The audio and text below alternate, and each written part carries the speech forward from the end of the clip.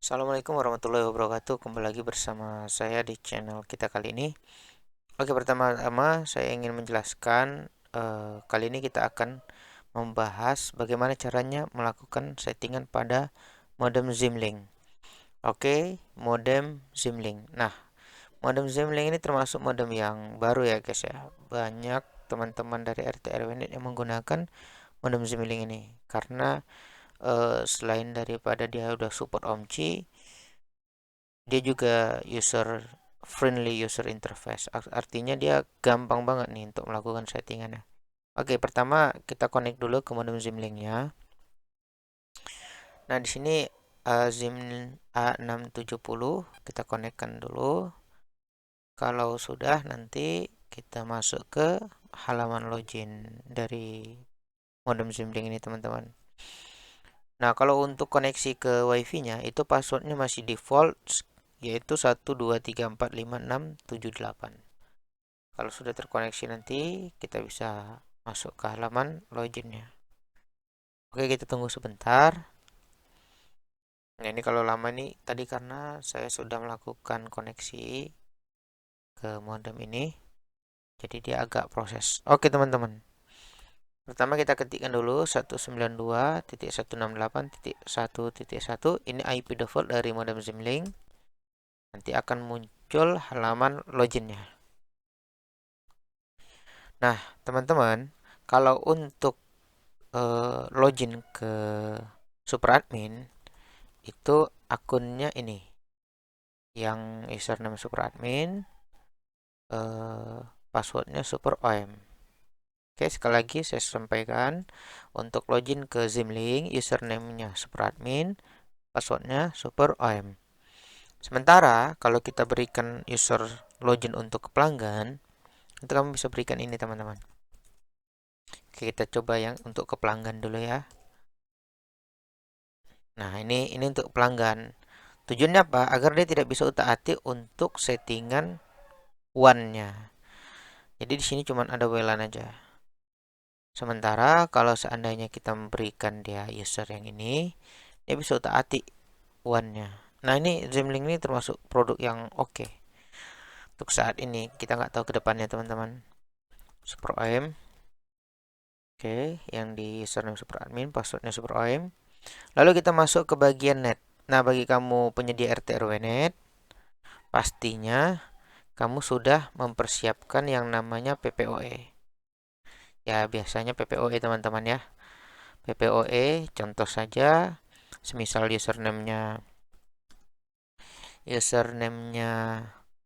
B01, passwordnya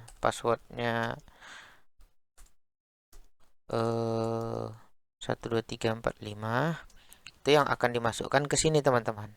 Bagaimana cara melakukan settingannya? Seperti ini. Pertama di bagian sini kita klik Neo dulu. Ini bisa dihapus teman-teman, bisa di delete connectionnya. Oke, supaya dia masuk ke menu awal. Nah, seperti ini. Kalau sudah seperti ini, kamu klik Neo aja untuk membuat koneksi baru. Lalu bagian enable-nya dicentang, tipenya dibikin rute, lalu service list-nya kita buat internet. Oke, nah di sini kalau teman-teman mau melakukan binding ke LAN ataupun SSID itu bisa teman-teman. Nah, untuk saat ini kita skip aja, tidak kita checklist.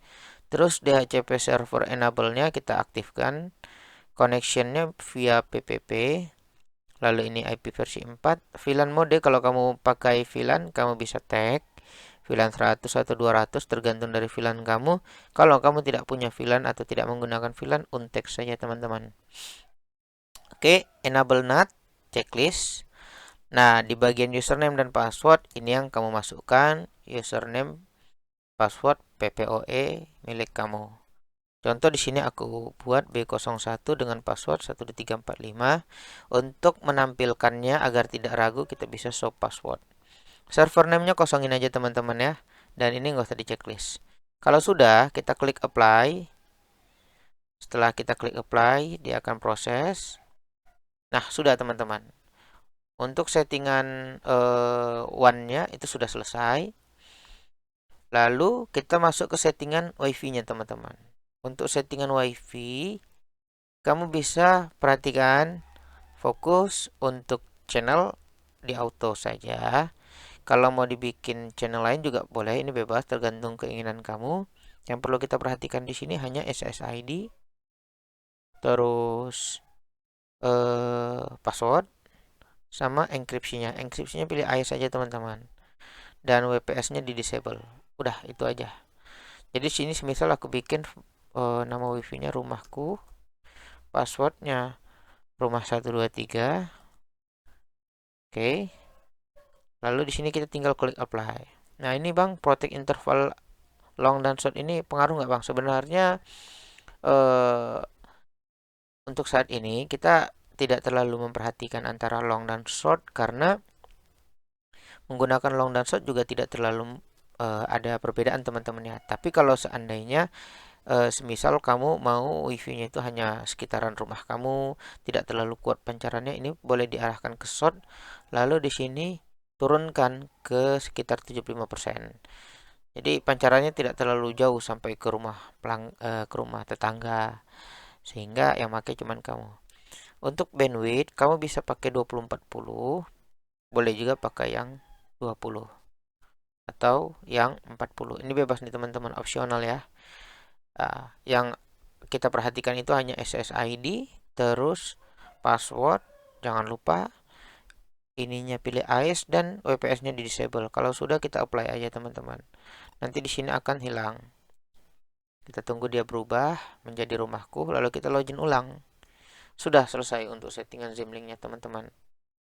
Nah, buat kamu semua yang ada pertanyaan bisa komen di kolom komentar, dan bagi kamu yang ingin melakukan settingan cuman butuh jasa setting, kamu bisa kontak ke email ataupun ke kontak yang ada di bawah, nanti aku share.